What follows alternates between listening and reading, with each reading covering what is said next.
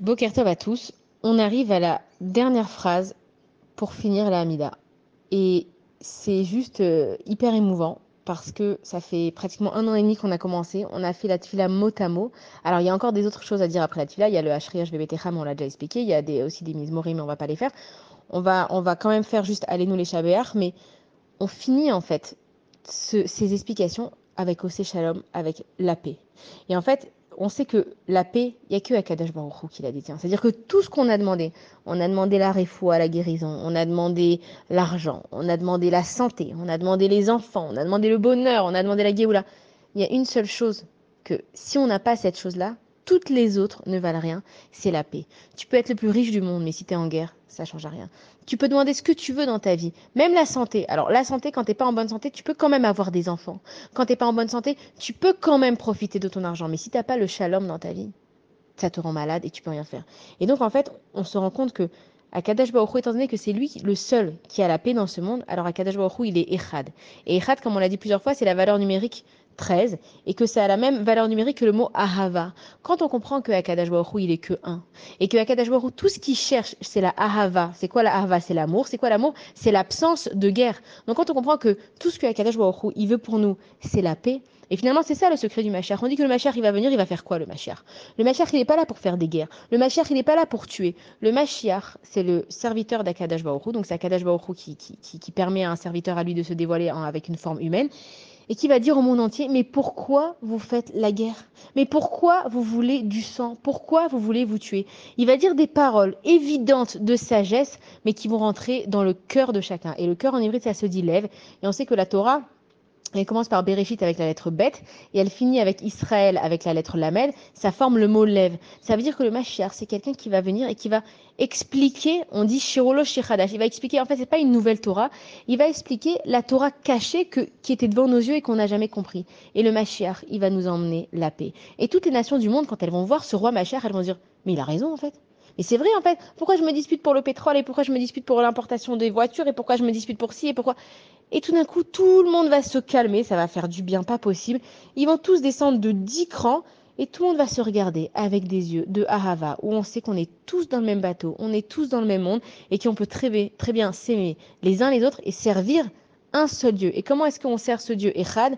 Avec la Ahava, et la Ahava, elle amène au Shalom. Donc on a fini l'explication de la Amida et que Bezrat Hashem, c'est sûr et certain que ça va nous apporter des délivrances énormes et que maintenant avec tout ce qu'on a appris, on sait que à Kol et Tova, à Kadash Baruch Hu, tout ce qu'il fait, ça a toujours été pour le bien. Même si on n'arrive pas à voir, on sait que à Kadash Baruch Hu, comme il est que bien, il y a pas de mal qui peut sortir. Le mal, c'est juste l'absence du bien qu'on n'arrive pas à voir. Mais quand on regarde avec des yeux un peu plus haut et qu'on monte justement dans la spiritualité, on comprend que tout ce qui met à Kadash Baruch Hu dans notre vie, c'est pour notre bien, c'est pour nous faire grandir, c'est pour nous affiner. Et que toutes les promesses qu'Akadosh Baruch Hu, il a fait, il les a tenues et il va les tenir. On était en exil en Égypte. Il y a des sites archéologiques en Égypte qui montrent bien qu'il y avait des traces d'esclavage. Donc on raconte pas n'importe quoi. Donc ça veut dire que Dieu il nous a sauvés. Donc si Dieu il m'a sauvé d'Égypte comme il me l'a promis, mais qu'il m'a aussi promis qu'il va me sauver une deuxième fois, alors pourquoi est-ce que je vais pas le croire? Bien sûr que je le crois. Alors ça prend du temps. C'est comme ça. C'est un processus. Le Mashiach, c'est juste pour que on comprenne en fait combien on n'était pas heureux. Nous on pense dans nos vies que bon ça va, on a quand même des enfants, la vie elle est quand même belle. On n'arrive pas à se rendre compte, en fait, c'est quoi la perfection d'Akadash Baruch Hu. Donc, Akadash Baruch Hu, il nous met dans une pièce noire. Et là, il allume une lumière. Mais quand on est dans l'obscurité, on arrive à voir la lumière. Quand il fait jour, on ne voit pas l'obscurité. Donc, Akadash Baruch Hu, il nous fait dans toute notre vie, et à chaque fois, il nous fait galérer pour tomber enceinte, pour qu'on apprécie d'être enceinte et avoir des enfants. Il nous fait galérer avec l'éducation pour qu'un jour, on puisse être fier de nos enfants. Il nous fait galérer dans nos couples pour qu'un jour, on puisse être fier de se retrouver et de s'aimer d'un vrai amour. On peut dire, on a tout passé ensemble, maintenant, il ne reste plus que l'amour. Pour le meilleur et pour le pire, comme on dit. Akadash Baruch Hu, il nous met dans des endroits difficiles et compliqués. Mais étant donné que Akadosh Baruch Hu veille sur chacun de nous, chaque épreuve qui arrive à une personne, elle a les forces de la surmonter. C'est pour ça qu'on passe pas les mêmes épreuves, parce que chacun avec sa neshama, chacun avec ses forces, chacun avec son âme. Mais nous, comme le monde il est fait d'énergie, que Akadosh Baruch Hu c'est lui qui donne l'énergie dans le monde, Akadosh Baruch Hu il nous transmet à tous cette énergie. Et donc nous, en fait, on se transmet des énergies les uns les autres, mais il faut se transmettre des énergies positives. Comme on sait qu'on crée notre réalité, il ne faut pas annoncer des catastrophes. Quand les choses elles se passent, eh ben elles se passent. Mais c'est pas à nous. Nous on est là pour annoncer. Comme Akadosh Baruch Hu nous a demandé de suivre ses midotes, de suivre son exemple. On annonce qu'il y aura la délivrance, qu'il y aura la rédemption, qu'il y aura des bonnes nouvelles, qu'il y aura des femmes qui vont tomber enceintes, que les gens célibataires vont se marier, que les gens malades vont se guérir, que les prisonniers vont être délivrés. C'est ça qu'Akadash Baruch Hu nous demande. Il ne nous demande pas de toujours voir la catastrophe et la troisième guerre mondiale et la bombe atomique. C'est rien. Ça, c'est rien par rapport à la force de Akadash Baruch Hu et c'est tout ce qu'il nous demande.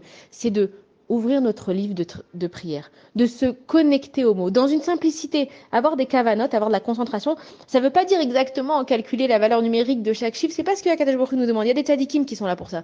Nous, Akadash Baruch Hu, il nous demande d'ouvrir un livre, d'ouvrir une histoire à lui raconter. Tu sais, Akadash Baruch Hu, je suis triste. Tu sais, Akadash Baruch Hu, je suis contente. Tu sais, Akadash Baruch Hu, il me faut ça dans ma vie.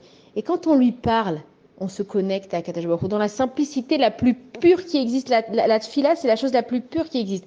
Il y a la tfila dans les mots, il y a la tfila dans le cœur, il y a la tfila aussi dans les pensées.